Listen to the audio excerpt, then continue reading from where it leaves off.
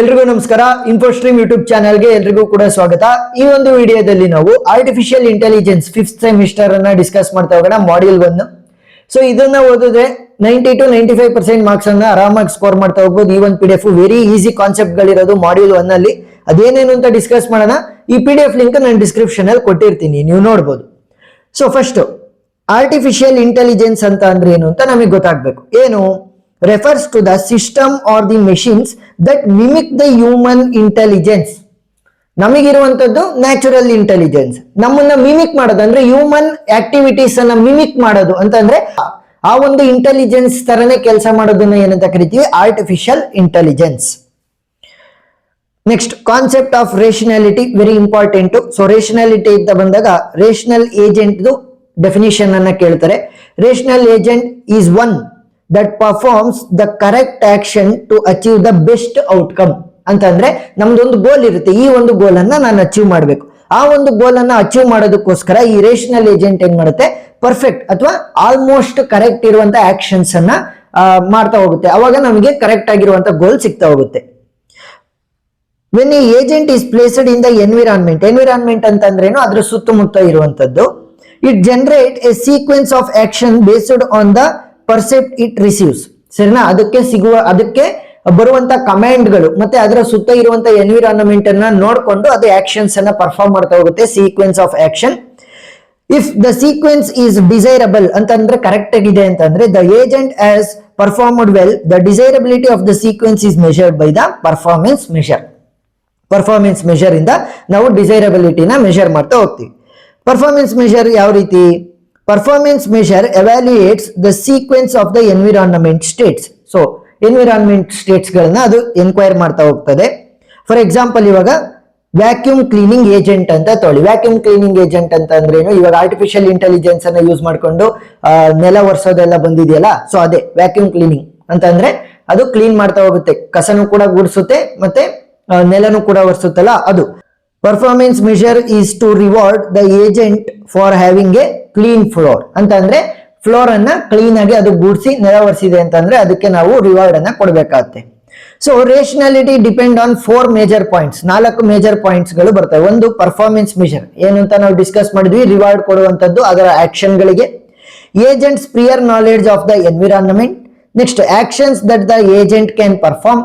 Agents percept sequence to the date. ಸರಿನಾ? ಇಷ್ಟು ಈ 4 ಪಾಯಿಂಟ್ ಗಳು ಮೇಜರ್ ಆಗಿ ಬರ್ತವೆ. ರ್ಯಾಷನಲ್ ಏಜೆಂಟ್ ಅಂತ ಅಂದ್ರೆ ಏನು ಅಂತ ನಾವು ಆಲ್ರೆಡಿ ಡೆಫಿನಿಷನ್ ಅನ್ನು ನೋಡಿದ್ವಿ. ಎಕ್ಸಾಂಪಲ್ ಅಂತ ಬಂದಾಗ ವ್ಯಾಕ್ಯೂಮ್ ಕ್ಲೀನಿಂಗ್ ವರ್ಡ್. ಸೊ ಇದ್ರದ್ದು ನಾನು ಸಪರೇಟ್ ವಿಡಿಯೋದಲ್ಲಿ ಎಕ್ಸ್ಪ್ಲೈನ್ ಮಾಡಿದ್ದೀನಿ. ಸರಿನಾ? ಬೋರ್ಡ್ ಅನ್ನ ಯೂಸ್ ಮಾಡಿಕೊಂಡು ಸಪರೇಟ್ ವಿಡಿಯೋದಲ್ಲಿ ಎಕ್ಸ್ಪ್ಲೈನ್ ಮಾಡಿದ್ದೀನಿ.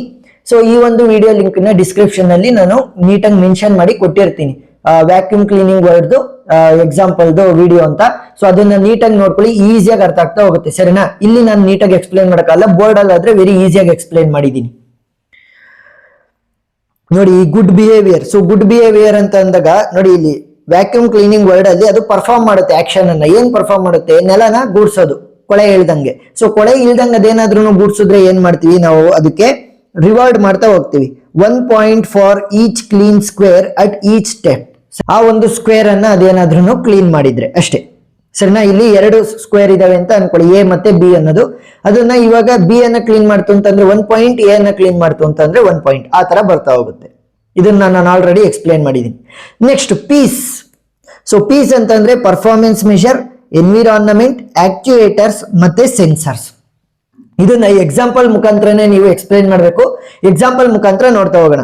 ಸೊ ನಾನು ಏನ್ ಮಾಡ್ತೀನಿ ಅಂತಂದ್ರೆ ಆಟೋಮೇಟೆಡ್ ಟ್ಯಾಕ್ಸಿಯನ್ನ ತಗೊಂತಾ ಹೋಗ್ತೀನಿ. ಆಟೋಮೇಟೆಡ್ ಟ್ಯಾಕ್ಸಿ ಅಂತಂದ್ರೆ ಡ್ರೈವರ್ ಇರಲ್ಲ, ಅದಾಗದೆ ಆಟೋಮೆಟಿಕ್ ಆಗಿ ಹೋಗ್ತಾ ಹೋಗುತ್ತಲ್ಲ, ಆ ತರದ ಟ್ಯಾಕ್ಸಿಗಳು.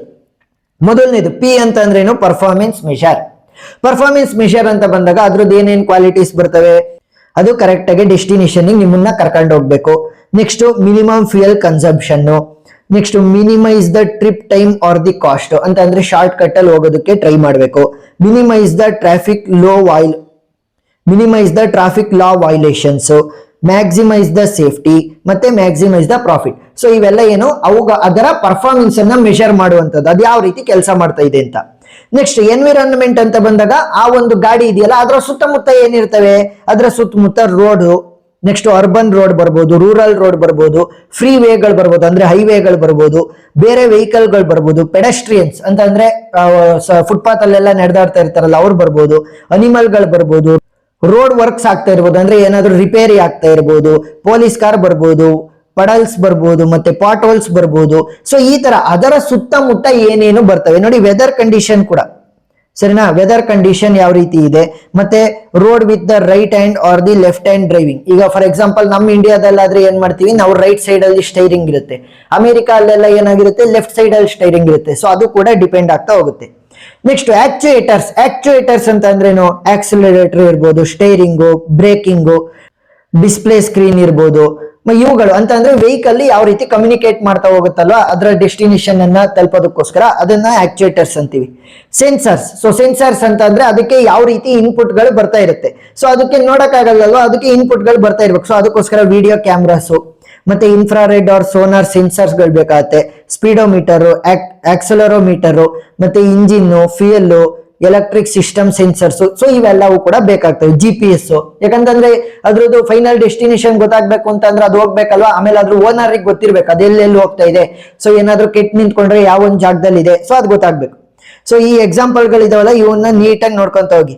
Agent type, performance measure, environment, actuators, sensors. ನೋಡಿ ಇಲ್ಲಿ medical diagnosis system, satellite imaging analysis system, part picking robot, refinery control. ನೀವು ಎಲ್ಲಾ ಪಾಯಿಂಟ್ ಅನ್ನು ಕಲಿಬೇಕು ಅಂತ ಇಲ್ಲ, ಸ್ವಲ್ಪ ಪಾಯಿಂಟ್ ಅನ್ನ ಬರೀರಿ. ಅದರ ಸುತ್ತಮುತ್ತ ಇರೋದೆಲ್ಲ ಎನ್ವಿರಾನ್ಮೆಂಟ್. ಆ ತರ ನೀವು ಜನರಲ್ ಆಗಿ ಬರೀತಾ ಹೋದಾಗ ನೀಟಾಗಿ ಫುಲ್ ಮಾರ್ಕ್ಸ್ ಸಿಗ್ತಾ ಹೋಗುತ್ತೆ. Next characteristics of task environment. ಇದು ವೆರಿ ವೆರಿ ಇಂಪಾರ್ಟೆಂಟ್. ಸೊ ಇದನ್ನ ಯಾವ ರೀತಿ ಕೇಳ್ತಾರೆ ಅಂತ ಅಂದ್ರೆ 4 ಕೊಟ್ಬಿಡ್ತಾರೆ ಒಂದೇ ಸರಿ. Fully observable, partially observable, difference ಬರೀರಿ, single agent, multi agent, deterministic, stochastic, episodic, sequential, static ಮತ್ತೆ dynamic, discrete, continuous, known, unknown. ಈ ತರ 7 ಇದಾವೆ. 7ರಲ್ಲಿ ಯಾವ್ದಾದ್ರು 4 ಕೊಡ್ತಾರೆ. ಪ್ರೀವಿಯಸ್ ಇಯರ್ಸ್ ಅಲ್ಲಿ ಹಂಗೆ ಮಾಡಿರೋದು ಸರಿನಾ. ಯಾವ್ದಾದ್ರು 4 ಇಲ್ಲ ಅಂತಂದ್ರೆ 3 ಎಕ್ಸ್ಪ್ಲೈನ್ ಮಾಡೋದಕ್ಕೆ ಕೇಳ್ತಾರೆ. ಮೊದಲಿಗೆ fully observable versus partially observable. ನಿಮಗೆ ಇದ್ರಲ್ಲೇ ಗೊತ್ತಾಗ್ತಾ ಇದೆ ಹೆಡ್ಡಿಂಗ್ ಅಲ್ಲಿ. ಫುಲ್ಲಿ ಅಬ್ಸರ್ವಬಲ್ ಅಂತಂದ್ರೆ ಅದ್ರ ಸ್ಟಾರ್ಟ್ ಆಫ್ ದಿ ಆಕ್ಷನ್ ಇಂದ ಎಂಡ್ ಆಫ್ ದಿ ಆಕ್ಷನ್ ವರ್ಗು ಕೂಡ ಎಲ್ಲಾ ಒಂದು ಪ್ರೋಸೆಸ್ ಕೂಡ ಅಬ್ಸರ್ವಬಲ್ ಇರುತ್ತೆ. ಅಬ್ಸರ್ವಬಲ್ ಅಂತಂದ್ರೇನು, ಪ್ರತಿಯೊಂದು ಸ್ಟೆಪ್ ಅಲ್ಲೂ ಕೂಡ ಚೆಕ್ ಮಾಡ್ತಾ ಇರ್ತಾರೆ, ಕಂಟ್ರೋಲ್ ಇರುತ್ತೆ. ಪಾರ್ಷಿಯಲಿ ಅಬ್ಸರ್ವಬಲ್ ಅಂತ ಅಂದ್ರೆ ಸ್ವಲ್ಪ ಅಷ್ಟೇ, ಸ್ವಲ್ಪ ಮಾನಿಟರಿಂಗ್. ನೋಡಿ ಇಲ್ಲಿ task environment is effectively fully observable if the sensors detect all the aspects that are relevant to the choice of the action. ಗೊತ್ತಾಯ್ತಾ, ಪ್ರತಿ ಒಂದು ಆಸ್ಪೆಕ್ಟ್ ಅನ್ನು ಕೂಡ ಅವು ಮಾನಿಟರ್ ಮಾಡ್ತಾ ಹೋಗ್ತವೆ. The environment might be partially observable because of the noisy or inaccurate sensors. Inaccurate sensors ಗಳೇನಾದ್ರೂ ಇದ್ರೆ partially observable ಅಂತ ಅಂದ್ರೆ ಅವುಗಳ ಸ್ಟಾರ್ಟ್ ಆಫ್ ದಿ ಆಕ್ಷನ್ ಇಂದ ಎಂಡ್ ಆಫ್ ದಿ ಆಕ್ಷನ್ ವರ್ಗು ಕೂಡ ಎಲ್ಲಾ ಆಸ್ಪೆಕ್ಟ್ ಗಳನ್ನು ನಾವು ಮಾನಿಟರ್ ಮಾಡೋದಕ್ಕೆ ಸಾಧ್ಯ ಇಲ್ಲ. Next single agent versus multi agent. For example, an agent solving a crossword puzzle by itself is clearly a single agent. crossword puzzle ಅನ್ನ ಒಬ್ಬರೇ ಸಾಲ್ವ್ ಮಾಡಬಹುದು. ಸೊ ಅದು ಸಿಂಗಲ್ ಏಜೆಂಟ್ ಆಗುತ್ತೆ. ಚೆಸ್ ಆದ್ರೆ ಏನಾಗುತ್ತೆ, ನಮಗೆ ಅಪೋನೆಂಟ್ ಕೂಡ ಬೇಕಲ್ಲ. ನಾನು ಇಲ್ಲಿ ಕುಂತಿದ್ದೀನಿ ಅಂತಂದ್ರೆ ಇನ್ನೊಬ್ಬ ಅಪೋನೆಂಟ್ ನನಗೆ ಬೇಕಾಗಿರುತ್ತೆ. ಸೊ ಅದನ್ನ ಏನಂತ ಕರಿತೀವಿ, ಮಲ್ಟಿ ಅಂತ ಅಂದ್ರೆ ಒಂದಕ್ಕಿಂತ ಜಾಸ್ತಿ ಏನಾದ್ರೂ ಬೇಕಾದ್ರೆ ಮಲ್ಟಿ ಏಜೆಂಟ್ ಅಂತೀವಿ. ಒಬ್ರು ಸಾಕು ಅಂತಂದ್ರೆ ಸಿಂಗಲ್ ಏಜೆಂಟ್. ಸೊ ಇದನ್ನ ಓದ್ಕೊಳ್ಳಿ, ಕ್ಲಿಯರ್ ಆಗಿ ಅರ್ಥ ಆಗ್ತಾ ಹೋಗುತ್ತೆ. Deterministic versus stochastic. So, if the next state of the environment is completely determined by the current state and the action executed by the agents, then the environment is deterministic. ಅಂದ್ರೆ ಈಗ ಒಂದು state ಅಲ್ಲಿ ಅದು ಕೆಲಸ ಮಾಡ್ತಾ ಇದೆ, next ಅದು ಹೋಗುವಂತ ಸ್ಟೇಟ್ ಇಂದ ಎನ್ವಿರಾನ್ಮೆಂಟ್ ಮತ್ತೆ ಆ ಒಂದು ಸ್ಟೇಟ್ ಅಲ್ಲಿ ನಾನು ಏನೇನು ಆಕ್ಷನ್ ಅನ್ನ ಮಾಡ್ಬೇಕು ಅಂತ ಅದಕ್ಕೆ ಗೊತ್ತಿದ್ರೆ ಅದು ಡಿಟರ್ಮಿನಿಸ್ಟಿಕ್. ಗೊತ್ತಿಲ್ಲ ಅಂತಂದ್ರೆ ಏನಂತ ಕರಿತೀವಿ, ಅದನ್ನ ನಾವು ಸ್ಟಾಕಸ್ಟಿಕ್ ಅಂತ ಕರಿತೀವಿ. In the principle, an agent need not worry about the uncertainty in a fully observable deterministic environment. ಗೊತ್ತಾಯ್ತಾ. Next episodic versus sequential.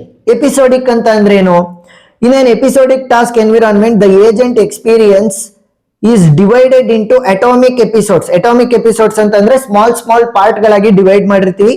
in each episode the agent receives a percept and then performs a single action. So ಅದಕ್ಕೆ receive ಆಗುವಂತಹ order ಅಥವಾ ಪರ್ಸೆಪ್ಟ್ ಅನ್ನ use ಮಾಡಿಕೊಂಡು ಅದು ಒಂದು action ಅನ್ನ perform ಮಾಡ್ತಾ ಹೋಗುತ್ತೆ. ಸೀಕ್ವೆನ್ಷಿಯಲ್ ಅಂತಂದ್ರೇನು, ನಮಗೆ ಫ್ಲೋ ಆಲ್ರೆಡಿ ಗೊತ್ತಿರುತ್ತೆ. ಇದಾದ್ಮೇಲೆ ಇದಾದ್ಮೇಲೆ ಈ ಸ್ಟೆಪ್ ಮಾಡ್ಬೇಕು, ಈ ಸ್ಟೆಪ್ ಆದ್ಮೇಲೆ ಈ ಸ್ಟೆಪ್ ಮಾಡ್ಬೇಕು ಅಂತ ಅಲ್ವಾ, ಆ ತರ. Next static versus dynamic. An environment is static if it does not change while the agent is deciding. ಅಂತ ಅಂದ್ರೆ ಅದು ಥಿಂಕ್ ಮಾಡ್ಬೇಕಾದ್ರೆ ಯಾವ ಆಕ್ಷನ್ ಅನ್ನ ಮಾಡಬೇಕು ಅಂತ ಥಿಂಕ್ ಮಾಡ್ಬೇಕಾದ್ರೆ ಏನಾದ್ರೂ ಎನ್ವಿರಾನ್ಮೆಂಟ್ ಚೇಂಜ್ ಆಗದೆ ಇದ್ರೆ ಅದು ಸ್ಟ್ಯಾಟಿಕ್. ಏನಾದ್ರೂ ಚೇಂಜಸ್ ಆದ್ರೆ ಅದನ್ನ ಡೈನಾಮಿಕ್ ಅಂತ ಕರಿತಾ ಹೋಗ್ತೀವಿ. If only the performance score changes with the time the environment is called as semi dynamic. Semi dynamic ಅಂದ್ರೆ ಏನು, ಪರ್ಫಾರ್ಮೆನ್ಸ್ ಮಾತ್ರ ಚೇಂಜ್ ಆಗ್ತಾ ಇದ್ರೆ. ಇಲ್ಲೇನು ಎನ್ವಿರಾನ್ಮೆಂಟೇ ಚೇಂಜ್ ಆಗ್ತಾ ಇದ್ರೆ ಸ್ಟ್ಯಾಟಿಕ್, ಎನ್ವಿರಾನ್ಮೆಂಟೇ ಚೇಂಜ್ ಆಗ್ತಾ ಇದ್ರೆ ಡೈನಾಮಿಕ್, ಎನ್ವಿರಾನ್ಮೆಂಟ್ ಚೇಂಜ್ ಆಗ್ತಾ ಇಲ್ಲ ಅಂದ್ರೆ ಸ್ಟ್ಯಾಟಿಕ್, ಏನಾದ್ರೂ ಪರ್ಫಾರ್ಮೆನ್ಸ್ ಸ್ಕೋರ್ ಚೇಂಜ್ ಆಗ್ತಾ ಇದೆ ಅಂತಂದ್ರೆ semi dynamic. Next discrete versus continuous. So discrete apply to the environment, state, time, percept and the action. ಸರಿನಾ?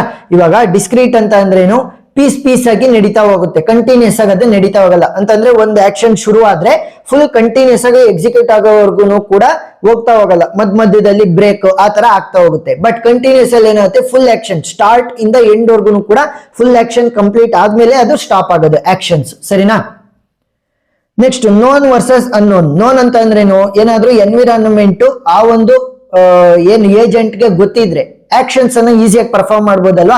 ಸೊ ಅದಕ್ಕೆ ಆಲ್ರೆಡಿ ಆ ಒಂದು ಎನ್ವಿರಾನ್ಮೆಂಟಿನ ಎಕ್ಸ್ಪೀರಿಯನ್ಸ್ ಇದ್ರೆ ಅದನ್ನ ನೋನ್ ಎನ್ವಿರಾನ್ಮೆಂಟ್ ಅಂತ ಕರಿತೀವಿ. ಆ ಒಂದು ಎನ್ವಿರಾನ್ಮೆಂಟಿನ ಪ್ರೀವಿಯಸ್ ಎಕ್ಸ್ಪೀರಿಯನ್ಸ್ ಇಲ್ಲ ಅಂತಂದ್ರೆ ಅನ್ನೋನ್ ಎನ್ವಿರಾನ್ಮೆಂಟ್ ಅಂತ ಕರಿತಾ ಹೋಗ್ತೀವಿ ಅಷ್ಟೇ, ಸಿಂಪಲ್. ಸರಿನಾ? Next types of intelligent agent. So very important ಇದು. ಮೊದಲನೇದು ಬರುವಂತದ್ದು ಸಿಂಪಲ್ ರಿಫ್ಲೆಕ್ಸ್ ಏಜೆಂಟ್. ಇದನ್ನ ನಾವು ಸಿಂಪ್ಲೆಸ್ಟ್ ಕೈಂಡ್ ಆಫ್ ಏಜೆಂಟ್ ಅಂತ ಕೂಡ ಕರಿತಾ ಹೋಗ್ಬೋದು. ಸರಿನಾ? It select the actions only on the basis of the current perceptron. ಈಗ ಏನು ಆರ್ಡರ್ ಸಿಗ್ತಾ ಇದೆ ನನಗೆ ಅದ್ರ ಪ್ರಕಾರ ಮಾತ್ರ ಅದು ಆಕ್ಷನ್ ಅನ್ನ ತೋರಿಸ್ತಾ ಹೋಗುತ್ತೆ. ಪ್ರೀವಿಯಸ್ ಎಕ್ಸ್ಪೀರಿಯನ್ಸ್ ಇರ್ಬೋದು, ನನ್ನ ಮುಂದೆ ಗೋಲ್ ಏನಿದೆ ಅದನ್ನ ಎಲ್ಲ ಅದು ನೋಡ್ತಾ ಹೋಗಲ್ಲ. ಕರೆಂಟ್ ಆಗಿ ನನಗೆ ಏನ್ ಇನ್ಪುಟ್ ಬರ್ತೈತೆ ಅದ್ರ ಪ್ರಕಾರ ನಾನು ಆಕ್ಷನ್ಸ್ ಅನ್ನ ಮಾಡ್ತಾ ಹೋಗ್ತೀನಿ ಅಂತ ಹೇಳುತ್ತೆ. ಯಾವುದು? Simple reflex agent. For example ಇವಾಗ ವ್ಯಾಕ್ಯೂಮ್ ಏಜೆಂಟ್ ಇದೆ ಅಂತ ಅನ್ಕೊಳ್ಳಿ. ಅದು ಕರೆಂಟ್ ಲೊಕೇಶನ್ ಅನ್ನ ನೋಡುತ್ತೆ. ಏನಾದ್ರೂ ಕೂಡ ಆ ಒಂದು ಸ್ಕ್ವೇರ್ ಅಲ್ಲಿ ಡರ್ಟಿ ಅಂತ ಅಂದ್ರೆ ಕೊಳೆ ಇದ್ರೆ ಅದನ್ನ ಸಕ್ ಮಾಡುತ್ತೆ, ತೆಗೆದಾಕುತ್ತೆ ಅಷ್ಟೇ, ಸಿಂಪಲ್. ಸೊ ಅದ್ರದ್ದು ಡಯಾಗ್ರಾಮ್ ಅನ್ನ ನಾವಿಲ್ಲಿ ಕೊಟ್ಟಿದೀವಿ. ನಾನೊಂದ್ ಸ್ವಲ್ಪ ಜಾಸ್ತಿ ಪಾಯಿಂಟ್ಸ್ ಅನ್ನ ಕೊಟ್ಟಿದ್ದೀನಿ, ಸ್ವಲ್ಪ ಪಾಯಿಂಟ್ಸ್ ಅನ್ನ ಬರೆದ್ರೆ ಸಾಕು. ಸರಿನಾ? Simple reflex agents are simple but have the limited intelligence. They work only in the fully observable environment. Fully observable ಅಂದ್ರೆ starting of the action ಇಂದ end of the action ವರ್ಗೂನು ಕೂಡ ಪ್ರತಿ ಒಂದು ಸ್ಟೆಪ್ ನಾವು ಮಾನಿಟರ್ ಮಾಡ್ತಾ ಹೋಗ್ತೀವಲ್ಲ, ಸೊ ಅದನ್ನ fully observable ಅಂತ ಕರಿತಾ ಹೋಗ್ತೀವಿ. ಸೊ ಅಲ್ಲಿ ಈ ಒಂದು ಆಕ್ಷನ್ ನಡೀತಾ ಹೋಗುತ್ತೆ. ಯಾವುದು? Simple reflex agent current situation ಅನ್ನ ನೋಡ್ಕೊಂಡು ಆ ಒಂದು ಸಿಚುವೇಶನ್ ಪ್ರಕಾರ ಆಕ್ಷನ್ಸ್ ಅನ್ನ ಪರ್ಫಾರ್ಮ್ ಮಾಡುತ್ತೆ. ಸೊ ಅದ್ರ ಡಯಾಗ್ರಾಮ್ ಇಲ್ಲಿದೆ, ವೆರಿ ಸಿಂಪಲ್ ಡಯಾಗ್ರಾಮ್, ನೀವು ನೋಡ್ಕೋಬಹುದು. Next model based reflex agent. Model based reflex agent handles the partial observability. Partial observability ಅಂತಂದ್ರೆ ನಾವು ಆಗ್ಲೇ ನೋಡಿದ್ವಿ, fully observable, partially observable. Partially observable ಅಂತಂದ್ರೆ ಇನ್ಕರೆಕ್ಟ್ ಅಥವಾ ಇನ್ ಅಕ್ಯುರೇಟ್ ಸೆನ್ಸರ್ ಗಳಿಂದ ನಾವು ಫುಲ್ ಆಕ್ಷನ್ಸ್ ಅಂದ್ರೆ ಸ್ಟಾರ್ಟ್ ಇಂದ ಎಂಡ್ ವರ್ಗು ಕೂಡ ನಾವು ಎಲ್ಲದನ್ನು ಕೂಡ ಮಾನಿಟರ್ ಮಾಡಕ್ ಆಗಲ್ಲ. ಅಂತದ್ರ ಮೇಲೆ ಯಾವ ಏಜೆಂಟ್ ಬರುತ್ತೆ? ನಮ್ಗೆ ಮಾಡೆಲ್ ಬೇಸ್ಡ್ ರಿಫ್ಲೆಕ್ಸ್ ಏಜೆಂಟ್ ಗಳು ಬರ್ತಾ ಹೋಗ್ತವೆ. By maintaining an internal state, the internal state depend on the percept history. Percept history ಅಂತಂದ್ರೆ ಏನು? ಪ್ರೀವಿಯಸ್ ಎಕ್ಸ್ಪೀರಿಯನ್ಸ್ ಗಳನ್ನ ಇದು ಹೊಂದಿರುತ್ತೆ, ಅದರ ಮೇಲೆ ಆಕ್ಷನ್ಸ್ ಅನ್ನ ಪರ್ಫಾರ್ಮ್ ಮಾಡ್ತಾ ಹೋಗುತ್ತೆ. The agent requires the knowledge of how the world evolves independently, how its own actions affect the world. ಅಂತಂದ್ರೆ ಪ್ರೀವಿಯಸ್ ಎಕ್ಸ್ಪೀರಿಯನ್ಸ್ ಇಂದ ಅದಕ್ಕೆ ಗೊತ್ತಾಗ್ತಾ ಹೋಗುತ್ತೆ ಅಷ್ಟೇ, simple.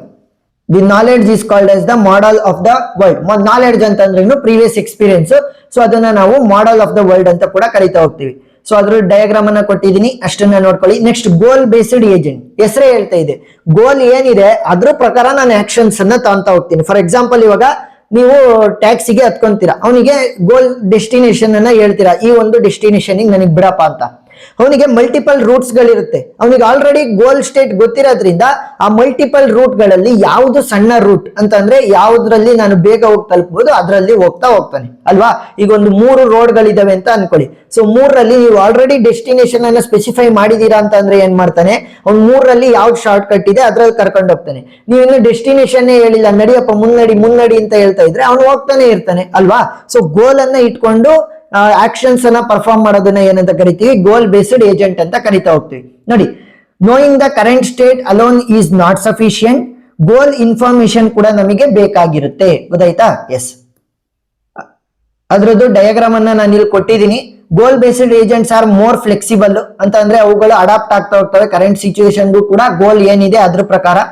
Next model of the world with the goal information. Model of the world ಅಂತ ಅಂದ್ರೆ ಏನು, ನನಗೆ ಪ್ರೀವಿಯಸ್ ನಾಲೆಡ್ಜ್, ನಾವು ಪ್ರೀವಿಯಸ್ ನಾಲೆಡ್ಜ್ ಅನ್ನೇ ಅಲ್ವಾ ನಾವು ಮಾಡೆಲ್ ಆಫ್ ದ ವರ್ಲ್ಡ್ ಅಂತ ಕರೆಯೋದು. ಪ್ರೀವಿಯಸ್ ನಾಲೆಡ್ಜ್ ಮತ್ತೆ ಮುಂದೆ ನನ್ನ ಗೋಲ್ ಇನ್ಫಾರ್ಮೇಶನ್ ಎಲ್ಲದೂ ಕೂಡ ನನಗೆ ಗೋಲ್ ಬೇಸ್ಡ್ ಏಜೆಂಟ್ ಗೆ ಬೇಕಾಗಿರುತ್ತೆ. ಸೊ ಅದ್ರ ಡಯಾಗ್ರಾಮ್ ಇಲ್ಲಿ ಕೊಟ್ಟಿದ್ದೀವಿ. Goal based agent very important. ಈ 4 ಇದರಲ್ಲೂ ಕೂಡ goal based agent very important ಆಗುತ್ತೆ. Next utility based agent. So goals are not alone enough to produce the high quality behaviour. Speed, safety, reliability ಮತ್ತೆ cost ಅನ್ನು ಕೂಡ ನಾವು ಗಮನದಲ್ಲಿ ಇಟ್ಕೊಂಡು ನಾವು ಬಿಲ್ಡ್ ಮಾಡಬೇಕಾಗುತ್ತೆ ಆಕ್ಷನ್ಸ್ ಅನ್ನ. Agents utility function is on internal representation of the performance measure. Performance measure ಅಂತ ಅಂದ್ರೇನು, ಅದು ಯಾವ ರೀತಿ ಪರ್ಫಾರ್ಮ್ ಮಾಡ್ತಾ ಹೋಗ್ತಾ ಇದೆ, ಎಫಿಷಿಯಂಟ್ ಆಗಿ ಪರ್ಫಾರ್ಮ್ ಮಾಡ್ತಾ ಇದೆಯೋ, ಆ ಒಂದು ಪರ್ಫಾರ್ಮೆನ್ಸ್ ಇಂದ ನಮಗೆ ಪ್ರಾಫಿಟ್ ಆಗ್ತಾ ಇದೆಯೋ ಇಲ್ವೋ ಅದನ್ನೆಲ್ಲ ಚೆಕ್ ಮಾಡಬೇಕಾಗುತ್ತೆ ಯುಟಿಲಿಟಿ ಬೇಸ್ಡ್ ಅಲ್ಲಿ. ಸೊ ಅದ್ರ ಡಯಾಗ್ರಾಮ್ ಅನ್ನ ಕೊಟ್ಟಿದ್ದೀನಿ. ನೆಕ್ಸ್ಟ್ ಬರುವಂತದ್ದು learning agent. Learning agent consist of 4 conceptual components. ಯಾವ್ಯಾವ? ಮೊದಲನೇದು ಲರ್ನಿಂಗ್ ಎಲಿಮೆಂಟ್ ಅಂತ ಅಂದ್ರೆ ಯಾವ್ದ್ರಿಂದ ಅವು ಲರ್ನ್ ಮಾಡ್ತಾ ಹೋಗ್ತವೆ. These are responsible for making the improvement. ಕಲ್ತ್ಕೊಂಡು ಇಂಪ್ರೂವ್ ಮಾಡ್ಕೊಂತ ಹೋಗ್ತೀವಲ್ವಾ ನಮ್ಮ ಆಕ್ಷನ್ಸ್ ಅನ್ನ, ಆತರ. Uses the feedback to improve the agent's performance. ಸರಿನಾ? ಇವಾಗ ನೀವೇನಾದ್ರೂ ಒಂದು ಪ್ರಾಜೆಕ್ಟ್ ಅನ್ನ ಬಿಲ್ಡ್ ಮಾಡ್ತಾ ಇದ್ದೀರಾ ಅಂತ ಅಂದ್ರೆ, ಇವಾಗ ಕಾಲೇಜಲ್ಲಿ ಇದ್ದಾಗ ಹೋಗ್ಬಿಟ್ಟು ನಿಮ್ ಪ್ರೊಫೆಸರ್ಗೆ ತೋರಿಸ್ತೀರಾ. ಅವ್ರೇನ್ ಹೇಳ್ತಾರೆ, ಫೀಡ್ಬ್ಯಾಕ್ ಕೊಡ್ತಾರೆ, ನೋಡಪ್ಪ ಇದ್ರಲ್ಲಿ ಇಂಪ್ರೂವ್ಮೆಂಟ್ ಅನ್ನ ಮಾಡ್ಬೋದು ಅಂತ. ಸೊ ಅವಾಗ ಏನ್ ಮಾಡ್ತೀರಾ, ತಗೊಂಡ್ಬಂದು ಕಲ್ತ್ಕೊಂಡು ಅದನ್ನ ಇಂಪ್ರೂವ್ ಮಾಡೋದಕ್ಕೆ ಟ್ರೈ ಮಾಡ್ತೀರಲ್ವಾ, ಅದೇ learning element. Next performance element. Select the external action based on the percepts. Percepts ಅಂತ ಅಂದ್ರೇನು, ಬರುವಂತ ಇನ್ಪುಟ್ ಗಳ ಪ್ರಕಾರ ನಾನು ಆಕ್ಷನ್ಸ್ ಅನ್ನ ಬಿಲ್ಡ್ ಮಾಡ್ತಾ ಹೋಗ್ಬೇಕು, ಪರ್ಫಾರ್ಮ್ ಮಾಡ್ತಾ ಹೋಗ್ಬೇಕು. ಕ್ರಿಟಿಕ್. ಕ್ರಿಟಿಕ್ ಅಂದ್ರೆ ಏನು, evaluates how well the agent is performing with respect to the fixed performance standard. ಒಂದು ಸ್ಟ್ಯಾಂಡರ್ಡ್ ಇರುತ್ತಲ್ಲ, ಫಿಕ್ಸ್ಡ್ ಪರ್ಫಾರ್ಮೆನ್ಸ್ ಸ್ಟ್ಯಾಂಡರ್ಡ್ ಅಂತ ಅಂದ್ರೆ ಇಂಡಸ್ಟ್ರಿಯಲ್ ಲಿಮಿಟ್. ಸೊ ಅದಕ್ಕಿಂತ ಚೆನ್ನಾಗಿ ಮಾಡ್ತಾ ಇದೆಯೋ ಅಥವಾ ಅದ್ರ ರೇಂಜ್ ಮಾಡ್ತಾ ಇದೆಯೋ, ಅದಕ್ಕಿಂತ ಕಡಿಮೆ ಮಾಡ್ತಾ ಇದೆಯೋ ಅಂತ ಕ್ರಿಟಿಕ್ ನೋಡ್ತಾ ಹೋಗುತ್ತೆ. Problem generator suggest the action that lead to the new and informative experience. ಗೊತ್ತಾಯ್ತಾ? ನ್ಯೂ ಮತ್ತೆ ಇನ್ಫಾರ್ಮೇಟಿವ್ ಎಕ್ಸ್ಪೀರಿಯನ್ಸ್ ಗೆ ಈ ಪ್ರಾಬ್ಲಮ್ ಜನರೇಟರ್ ಸಜೆಷನ್ಸ್ ಅನ್ನ ಕೊಡ್ತಾ ಹೋಗುತ್ತೆ ಅದನ್ನ ಇಂಪ್ರೂವ್ ಮಾಡೋದಕ್ಕೆ. ಸೊ ಅದ್ರ ಡಯಾಗ್ರಾಮ್ ಅನ್ನ ಇಲ್ಲಿ ಕೊಟ್ಟಿದ್ದೀನಿ. ಸೊ ಈ ಒಂದು ಡಯಾಗ್ರಾಮ್ ಅನ್ನ ಬರಿತಾ ಹೋಗಿ, ಇದಷ್ಟಕ್ಕೂ ಕೂಡ ಸೇರಿಸಿ. ಸರಿನಾ? ಲರ್ನಿಂಗ್ ಏಜೆಂಟ್ಸ್ ಗೆ ಎಲ್ಲದಕ್ಕೂ ಕೂಡ ಸೇರಿಸಿ ನಾವು ಈ ಒಂದು ಡಯಾಗ್ರಾಮ್ ಅನ್ನ ಬರಿಬೇಕಾಗತ್ತೆ. ಸೊ ಟೋಟಲ್ ನಮಗೆ 9 to 10 ಪೇಜಸ್ ಇದೆ. ಇದನ್ನ 9 ಪೇಜಸ್ ಗೆ ರೆಡ್ಯೂಸ್ ಮಾಡ್ತೀನಿ. ಸಾಕು, ಎಷ್ಟು ಬೇಕಷ್ಟನ್ನ ಮಾತ್ರ ನಾನು ಕೊಡ್ತೀನಿ. PDF ಲಿಂಕ್ ಡಿಸ್ಕ್ರಿಪ್ಷನ್ ಅಲ್ಲಿ ಇರುತ್ತೆ. ನಾನು ಅವಾಗಲೇ ಹೇಳಿದ್ದೀನಿ, ವ್ಯಾಕ್ಯೂಮ್ ವರ್ಡ್ ಸಪರೇಟ್ ವಿಡಿಯೋ ಇದೆ, ಆ ವಿಡಿಯೋ ಲಿಂಕ್ ನಾನು ಡಿಸ್ಕ್ರಿಪ್ಷನ್ ಅಲ್ಲಿ ಕೊಟ್ಟಿರ್ತೀನಿ, ನೀವು ನೋಡಬಹುದು. ವಿಡಿಯೋ ಇಷ್ಟ ಆಗಿದ್ರೆ ಸಬ್ಸ್ಕ್ರೈಬ್ ಆಗೋದನ್ನ ಮರಿಬೇಡಿ. Thank you for watching.